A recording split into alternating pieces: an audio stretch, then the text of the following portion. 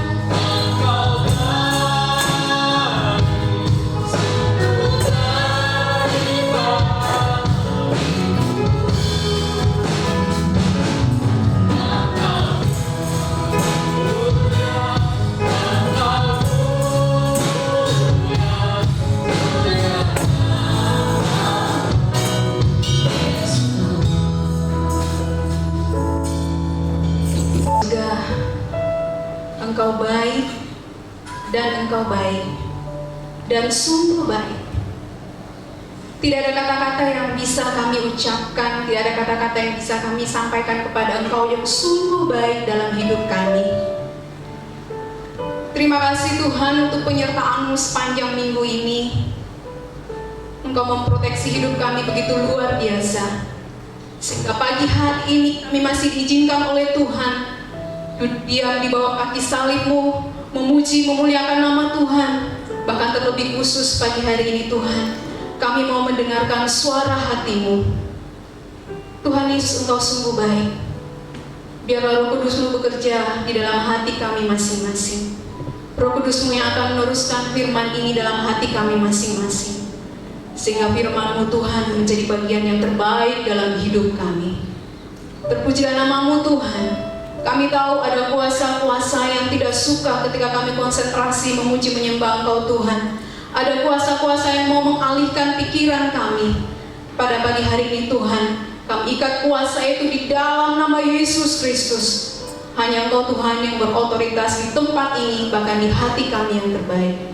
Terima kasih Tuhan Yesus, pakai hamba-Mu dengan segala kekurangan dan kelemahan hamba. Biarlah nama Tuhan dipermuliakan. Dalam nama Yesus Kristus kami berdoa. Haleluya. Amin.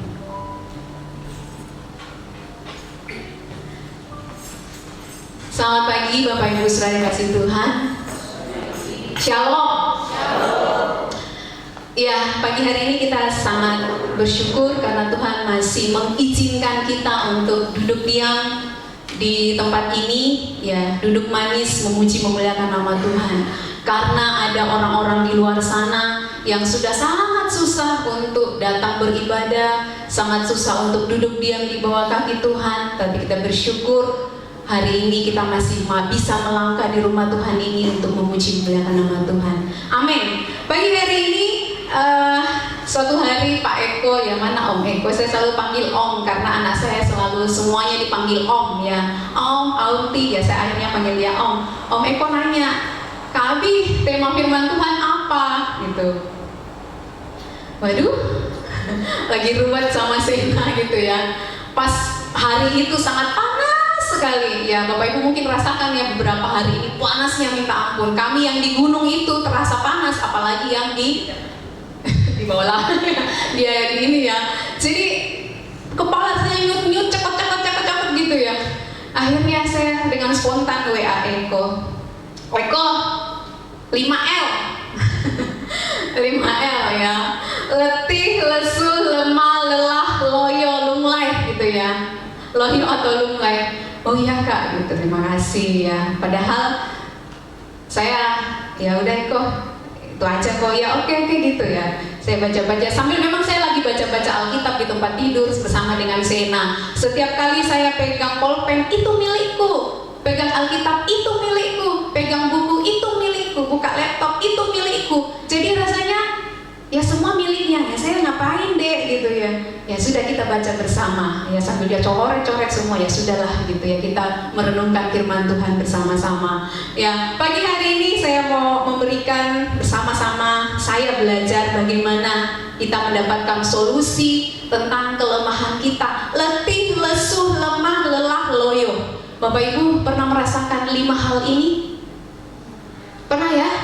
Pernah, rasanya kita tidak bisa berbuat apa-apa.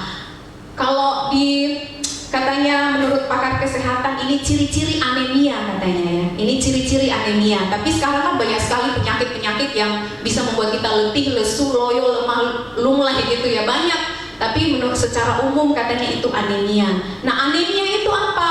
Anemia itu adalah kita kurangnya sel darah merah ya.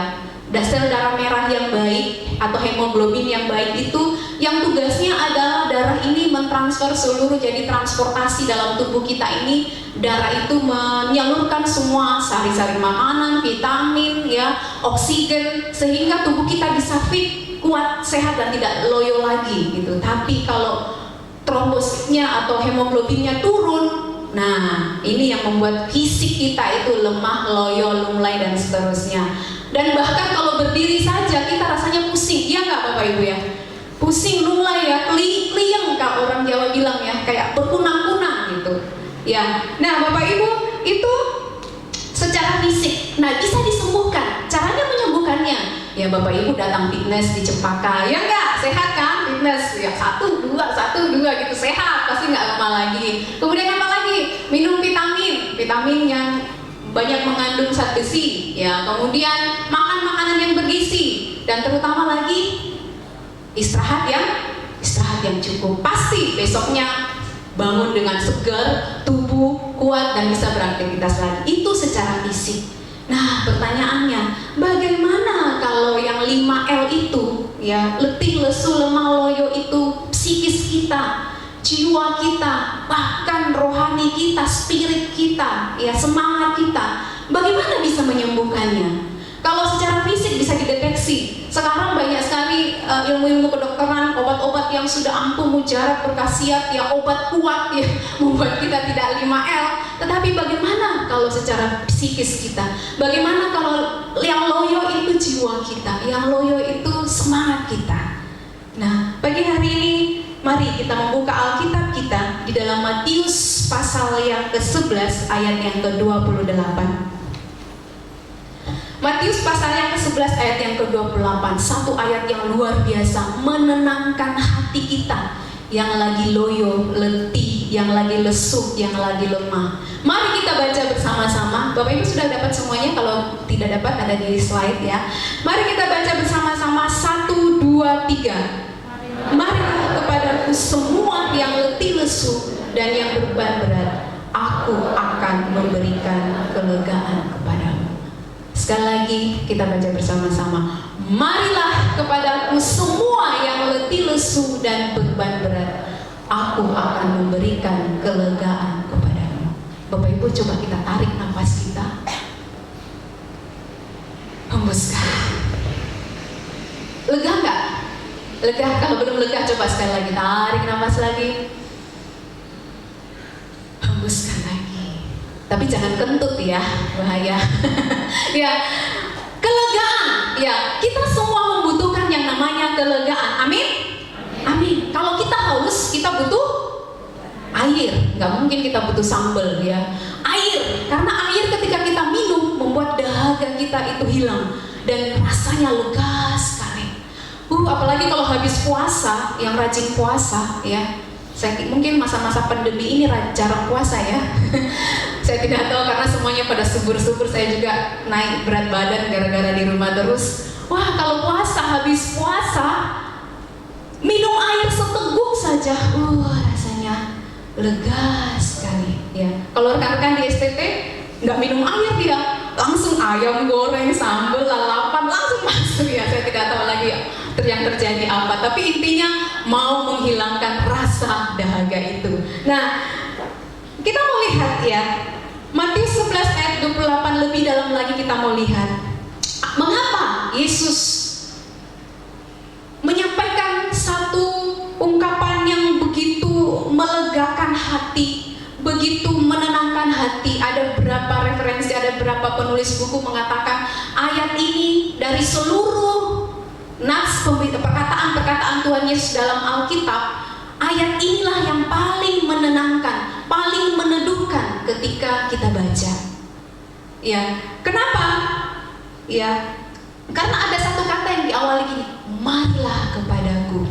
Ya, marilah kepadaku berarti satu undangan yang spesial, satu undangan yang khusus, satu undangan yang mulia, satu undangan yang langsung pribadi itu, orang itu, khususnya ayat ini Tuhan Yesus mengajak kita, ayo. Dia tidak memakai undangan secara kertas ya, secara virtual atau secara yang, tapi dia langsung berkata, marilah kepadaku, ayo mari kepadaku. Kepada siapa? Dikatakan kepada semua orang yang letih, lesu dan berbeban berat. Untuk apa? Aku akan memberikan kelegaan kepadamu. Aku akan memberikan kelegaan kepadamu. Ya, nah, Bapak Ibu dan Saudara kasih Tuhan, Yesus menulis ayat ini. Bukan Yesus menulis ya, Yesus memperkatakan firman ini kepada orang-orang Yahudi yang hadir saat itu, orang-orang Israel yang hadir saat itu, karena ternyata mereka letih lesunya bukan problem masalah ekonomi, bukan problem sakit, bukan masalah kekurangan ya kebutuhan secara jasmani, tapi ternyata mereka sangat lelah menanggung beban karena begitu banyaknya aturan-aturan, begitu banyaknya tradisi-tradisi ya yang membuat mereka itu sangat berat sekali. Ya, dikatakan ada 613 peraturan hukum-hukum yang ada di sekeliling mereka, yang mau tidak mau mereka harus lakukan supaya dikatakan taat kepada Tuhan, supaya dikatakan bisa selamat, supaya dikatakan sebagai orang yang beragama yang taat, yang mengenal Tuhan. Bayangkan Bapak Ibu, 613 aturan. Kalau di rumah kita, mama kita aja bilang, jangan ke sini, jangan ke situ, itu ini, jangan pulang malam ini. Rasanya pusing ya dengar ya kan? Apalagi kalau dalam kehidupan beragama, kehidupan bersosialisasi, kehidupan dalam masyarakat, kita harus dikungkung oleh 613 aturan. Wah, kalau di Indonesia mungkin setiap hari akan ada demo. Iya kan, barusan kan demo besar-besaran Omnibus Law itu kan tidak mari-mari itu, padahal cuma berapa sih? Ya banyak juga sih katanya, ya kan, berapa ratus ribu, berapa ratus ya aturan. Nah, dari kondisi inilah maka Tuhan Yesus mengajak kepada orang Yahudi, orang Israel, ayo mari kepadaku kalian yang berbeban berat. Nah, mari saya mau sekilas melihat, menggambarkan bagaimana begitu beratnya beban mereka. Saya sekilas akan menggambarkannya ke 613. Kita tidak baca semua, tidak. Tapi saya mengambil beberapa peraturan yang lucu, yang unik.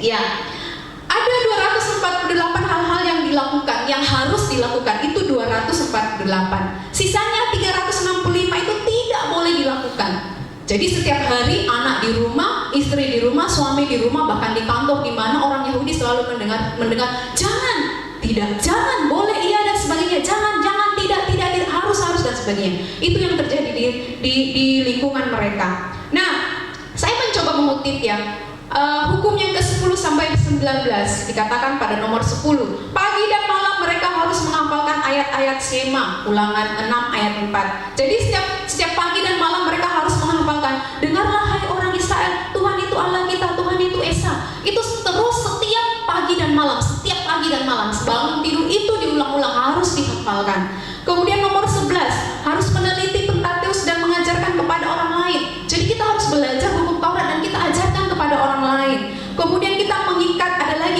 kotak ayat yang persegi, kemudian ditaruh di kening, diikat di sini. Ya, Bapak Ibu mau kalau kotak ayat kita taruh diikat di sini, pergi kemana-mana diikat ya. Kemudian itu isinya diikat lagi di lengan selain di jidat di lengan ya.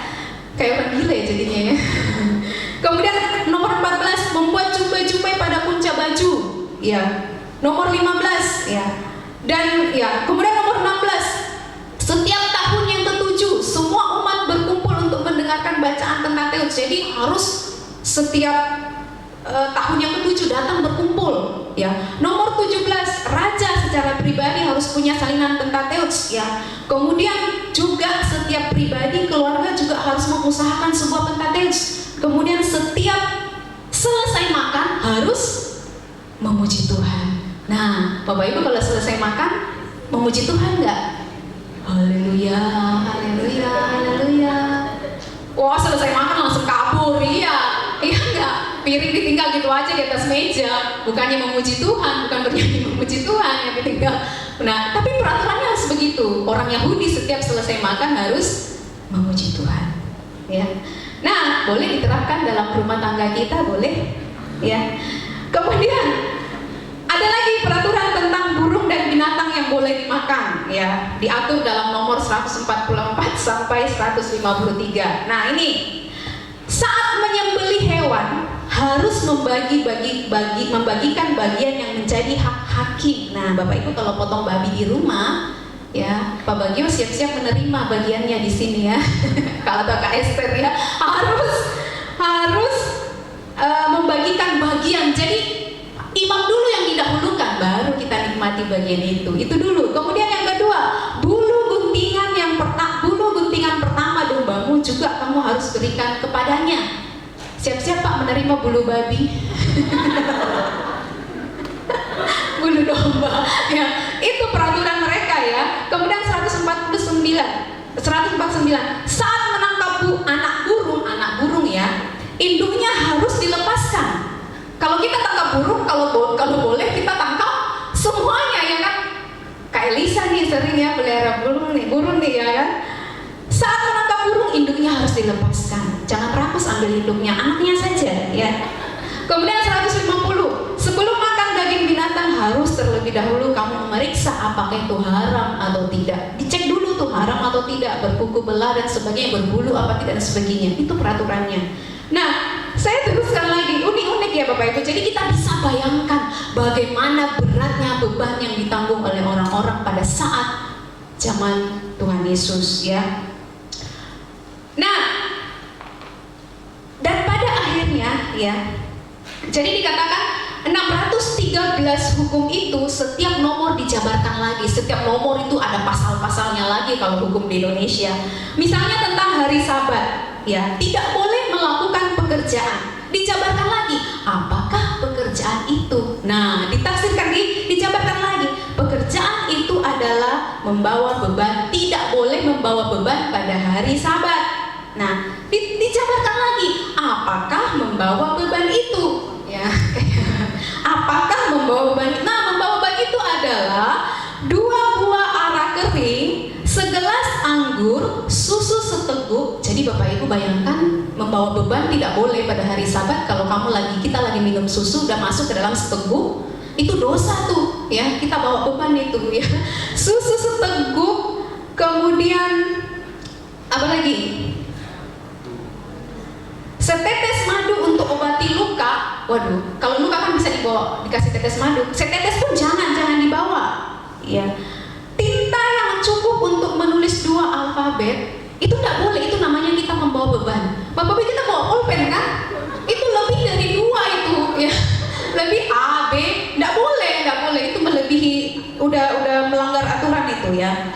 Dan pada akhirnya yang diperdebatkan setiap hari adalah apakah boleh atau tidak boleh. Nah, ada lagi nih yang unik ya. Perdebatan boleh atau tidak boleh mengangkat pelita ke tempat lain. Jadi cuma masalah pelita ditaruh sini, kalau hari Sabat boleh nggak digeser? Oh itu ya.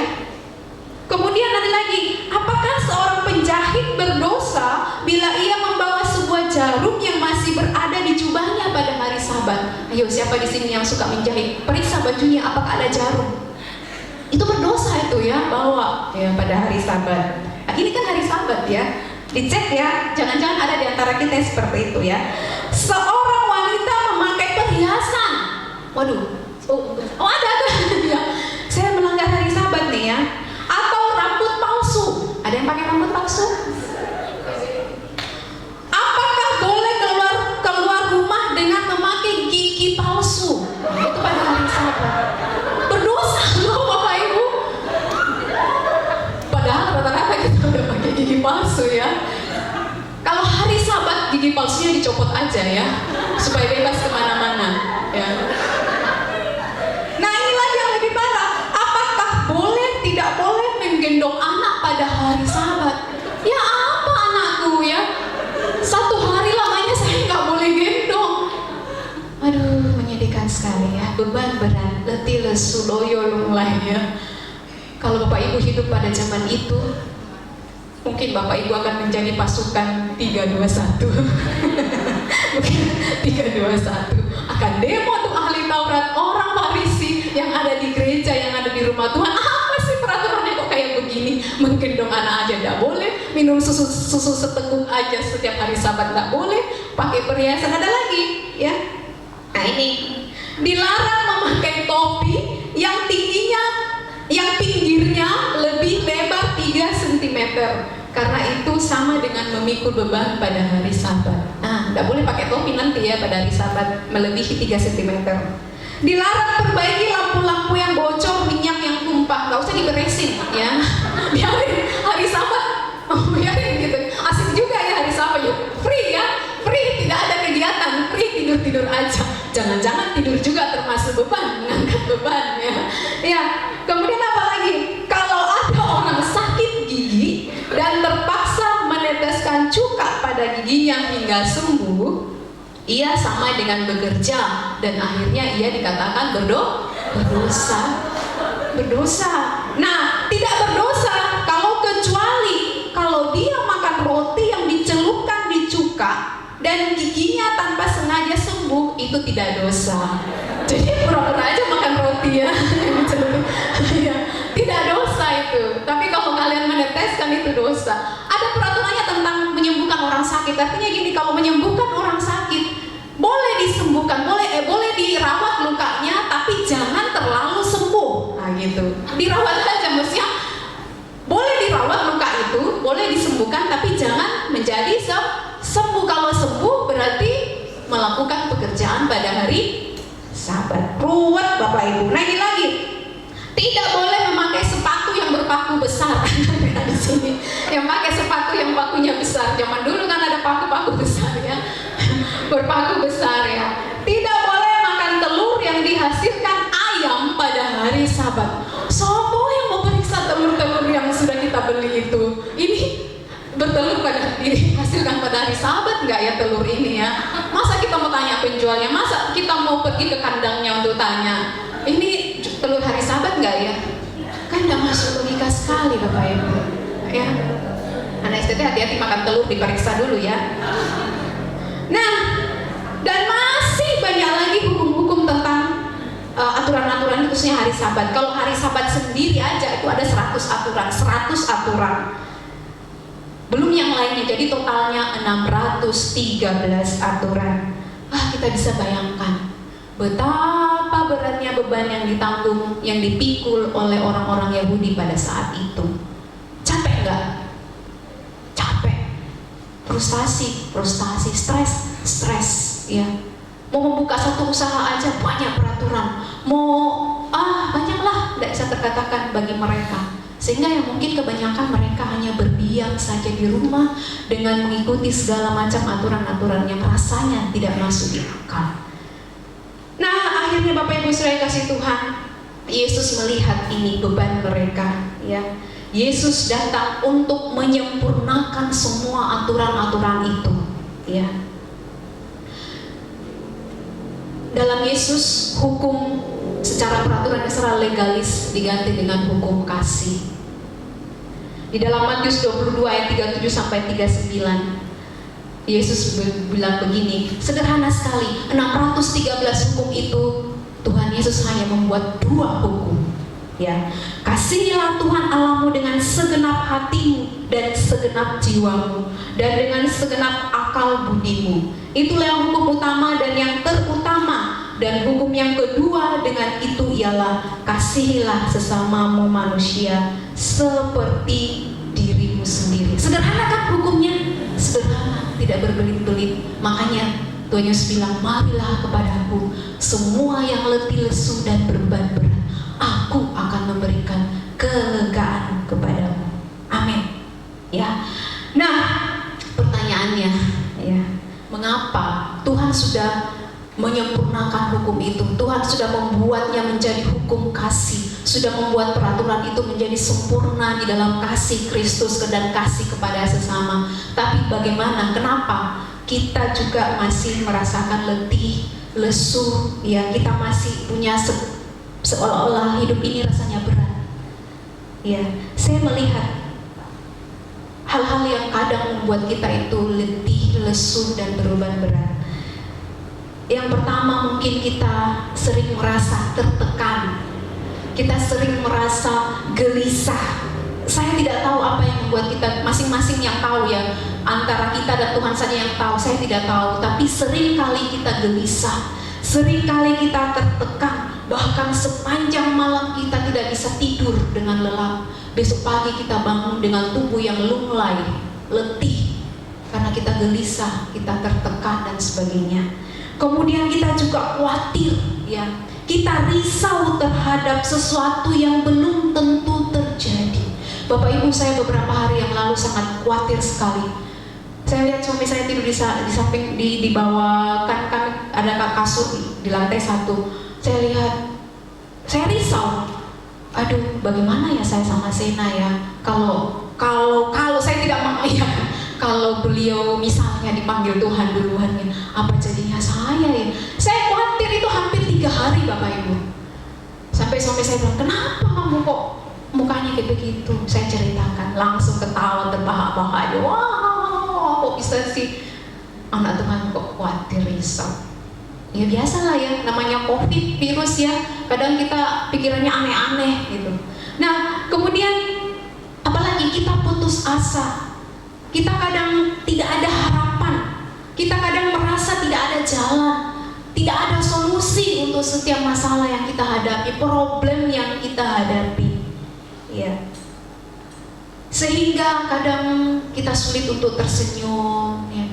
Kita sulit untuk tertawa. Tapi bahaya Bapak Ibu kalau ini sudah parah ya, kalau sudah senyum-senyum sendiri, ketawa-ketawa sendiri, ya itu sudah parah tuh. Ya itu 5L-nya itu sudah parah. Itu koslet namanya itu. Tiba-tiba hihihi, dan bahkan parahnya lagi kalau sudah buka baju, wah itu yang bahaya. Ya. Nah, apalagi? Nah, yang parahnya lagi kalau secara roh kita, spirit kita sulit berdoa, bahkan tidak mau berdoa lagi. Pernah Bapak Ibu mengalami hal itu? Sudah rasanya nggak sanggup untuk berdoa, mau ngomong apa lagi sama Tuhan, ya udah mentok ya, tidak mau baca Alkitab. Nah ini termasuk 5L ya, tidak mau lagi bernyanyi memuji Tuhan, bahkan anti dengan lagu-lagu rohani. Jangan putar itu, jangan putar, mendingan putar lagu lagu dangdut lah, lagu apalah ya. Rasanya anti mendengar lagu-lagu itu. Padahal kan menyejukkan hati ya kalau lagu-lagu itu. Kemudian, nah ini yang lebih berbahaya. Kalau melakukan kejahatan, itu mah sudah biasa. Padahal dia anak Tuhan loh. Ya. Dia santai aja. Ya. Bahkan dia bangga dengan segala kejahatan-kejahatan yang dilakukan. Nah ini yang kadang membuat kita itu letih, lesu, lemah, lelah, dan loyo. Nah apa solusinya? Sederhana sekali solusinya. Tadi kita sudah baca Matius pasal 11 ayat 28. Marilah kepadaku semua yang letih lesu dan beban berat, aku akan memberikan kelegaan kepadamu. Datanglah kepada Yesus. Ayo kita datang kepada Yesus. Jangan tinggalkan pribadi ini. Bahkan jangan tinggalkan imanmu kepada Yesus. Karena hanya pribadi inilah yang memberikan kita kelegaan. Amin. Amin. Semakin kita jauh dari pribadi itu, semakin kita letih, semakin kita berbeban berat, dan bahkan hidup kita akan kacau kalau semakin kita meninggalkan pribadi itu. Ya, terima undangannya. Ya, kelegaan seperti apa? Apakah hanya sekedar lega sampai di situ saja? Tidak. Tapi Yesus menunjukkan begitu besar kasih setianya kepada kita. Dia sangat memahami kelemahan kita. Dia sangat tahu kalau kita ini adalah dari debu. Ya, kita ini adalah dari debu yang lemah sekali. Ya. Di dalam Ibrani 4 ayat 15 dikatakan, sebab imam besar yang kita punya bukanlah imam besar yang tidak dapat turut merasakan kelemahan-kelemahan kita. Sebaliknya sama dengan kita, ia telah dicobai, hanya tidak berbuat dosa. Jadi sebenarnya apa yang kita alami hari ini yang membuat kita letih, lesu, loyo, mulai lemah dan sebagainya, itu semuanya sudah dialami oleh Yesus. Nah, kenapa kita harus berisau lagi dengan segala beban berat kita? Ya. Kelegaan yang Kristus janjikan bukan sekedar istirahat dari kelelahan fisik. Ya, tadi sudah saya katakan, bukan sekedar kita tidur habis itu lega, ya, kuat lagi, bukan. Tetapi kelepasan dari segala hukum-hukum yang membinasakan kita. Hukum-hukum apa itu? Yang terlebih parah adalah jiwa kita bebas dari kutuk dosa. Jadi pertanyaannya, kalau jiwa kita ini, hidup kita ini sudah dibebaskan dari dosa, maka jangan lagi kita hidup berkacang dalam dosa. Dosa kita sudah diampuni, kita sudah dibebaskan. Kemudian dia lagi mengampuni dosa kita, maka jangan lagi kita berbuat dosa. Kalau tadi berpanjang dalam dosa, jangan menikmati dosa itu, ya, jangan menikmati dosa itu, tapi kita buang dosa itu. Karena kenapa? Kita lepaskan, kita jangan berbuat dosa lagi, karena dia sudah mengampuni kita. Bahkan terlebih lagi, dia mengangkat kita menjadi anaknya. Bapak Ibu, kita ini adalah ahli waris kerajaan surga. Kalau ada rekan-rekan kita di luar sana yang masih bertanya tentang surga, di manakah surga itu? Ya, di manakah, ada lagunya ya? Di manakah surga itu? Bertanya dengan putus asa, di mana surga itu? Tolong tunjukkan. Katanya surga itu di telapak kaki ibu, ya katanya. Itu lagu itu pepatah. Tetapi kita ini yang di dalam Kristus, yang sudah menerima Kristus sebagai Tuhan dan Juru Selamat, kita ini adalah ahli waris kerajaan surga. Amin. Nah, pertanyaannya, bertingginya katanya gitu ya, apalagi yang kita risaukan? Pasangan hidup? Wah, stop ya, mati satu tumbuh 1000 ya. Apalagi pekerjaan? Anak Tuhan, saudara, kalau kamu jujur, kamu giat bekerja, kamu punya skill, pasti banyak yang cari, iya nggak? Mau buka usaha, tidak ada modal, gampang ya. Sekarang kan online ya, kan banyak ya. Apalagi yang dirisaukan? Apa? COVID-19 udah ada, sudah ada banyak. Apa tuh? Sudah ada vaksinnya, iya kan? Kalau dari bulan Maret kita sangat apa ini? Pemerintah bilang ada vaksin Desember nanti, ya. Malah warga Amerika nanti mereka free vaksin, ya kan? Ayo kita ke Amerika, yuk, nggak usah beli vaksin. Kita jadi warga negara Amerika saja dulu, kita nanti divaksin gratis, ya. Tidak tahu di Indonesia gratis apa enggak ya? Apa lagi yang dirisaukan? Apa? Coba tanyakan pada diri kita. Apa? Ya. Kata anak saya, ya apa mama? Ya apa deh? Gitu. Saya selalu menjawab, ya apa mama? Ya apa? Gitu ya. Ya, bukan itu lagi yang kita risaukan. Tapi yang kita harus risaukan adalah, ayo, seberapa jauh pengiringan kita kepada Tuhan, kesungguhan kita mengiringi Tuhan, seberapa jauh? Jangan sampai kita meninggalkan pribadi ini. Di dalam Yesaya 40 ayat 31, kita baca bersama-sama ya. Setelah ini kita akan melihat satu cuplikan video yang menggambarkan bagaimana Yesus, bagaimana Yesus itu mengangkat beban kita, membuat kita tidak berjalan sendiri, membuat kita tidak lelah ya, sampai akhirnya kita mendapat tujuan hidup kita, yaitu kehidupan yang kekal. Kita akan baca secara bersama-sama Yesaya 40 ayat 31. Tetapi orang yang menanti-nantikan Tuhan mendapat kekuatan baru. Mereka seumpama raja wali yang naik terbang dengan kekuatan sayapnya. Mereka berlari dan tidak menjadi lesu. Mereka berjalan dan tidak menjadi lelah. Marilah kita menjadi pribadi yang selalu menanti-nantikan Tuhan, pertolongan Tuhan. Amin. Tuhan Yesus memberkati. Kita akan lihat cuplikan video ini. Mungkin Bapak Ibu sudah pernah melihat, tetapi sekali lagi ayo kita lihat, kita simak, kita renungkan begitu luar biasanya Tuhan dalam hidup kita. Dia tidak biarkan kita berjalan dengan sendiri.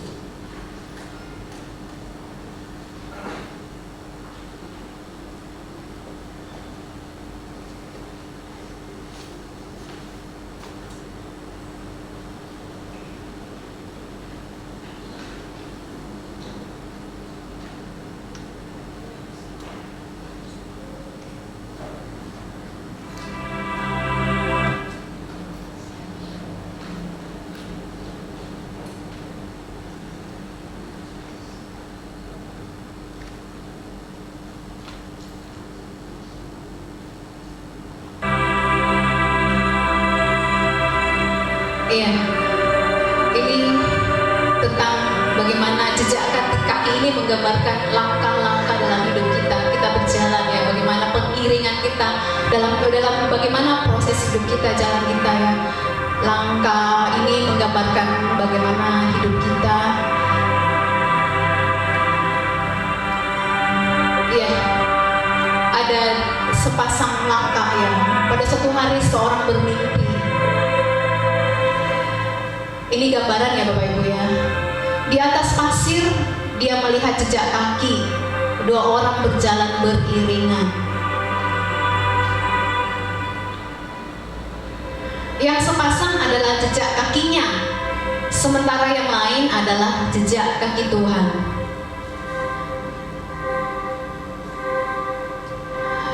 Iya, ini dia. Jejak kaki itu menggambarkan hidup yang pernah kita jalani. Ya, kita meninggalkan bekas-bekas jejak kaki dalam perjalanan hidup kita. Kita melangkah, terus melangkah.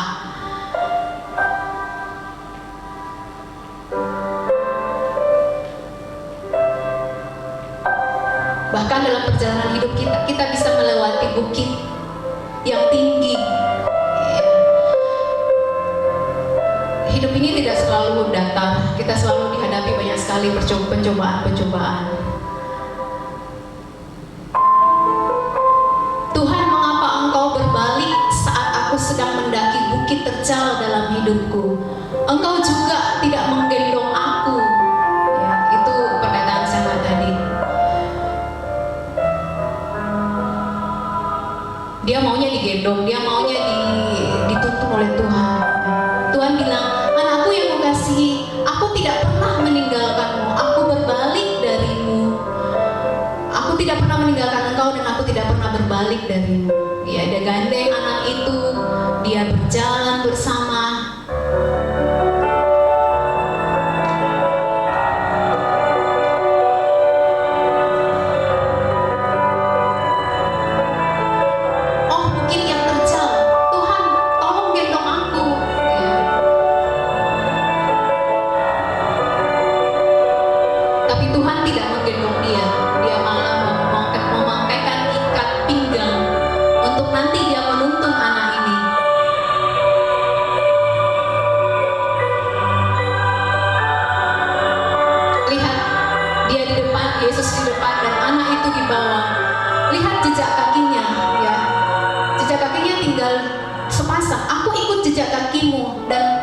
Dan Dan naiklah, aku akan menuntunmu dengan aman. Kau dapat melakukannya saat kau mencapai puncak. Engkau akan bertambah kuat. Jadi kalau kita mengikuti jejak kaki Tuhan, kita akan bisa sampai ke atas dan kita akan tambah kuat, ya. Tidak memakai lagi kekuatan kita, tetapi Tuhan yang menuntun kita. Bapak dan saudara kasih Tuhan, sederhana sekali, lihat jejak kakinya tinggal sepasang, ya. Artinya gini, cuplikan video ini mau menyampaikan kepada kita bahwa tidak ada yang perlu dirisaukan. Amin. Ada Tuhan yang selalu beserta dengan kita. Immanuel. Amin. Kita akan menutup firman Tuhan ini dengan menaikkan pujian. Tadi yang pujian firman Tuhan itu sungguh luar biasa.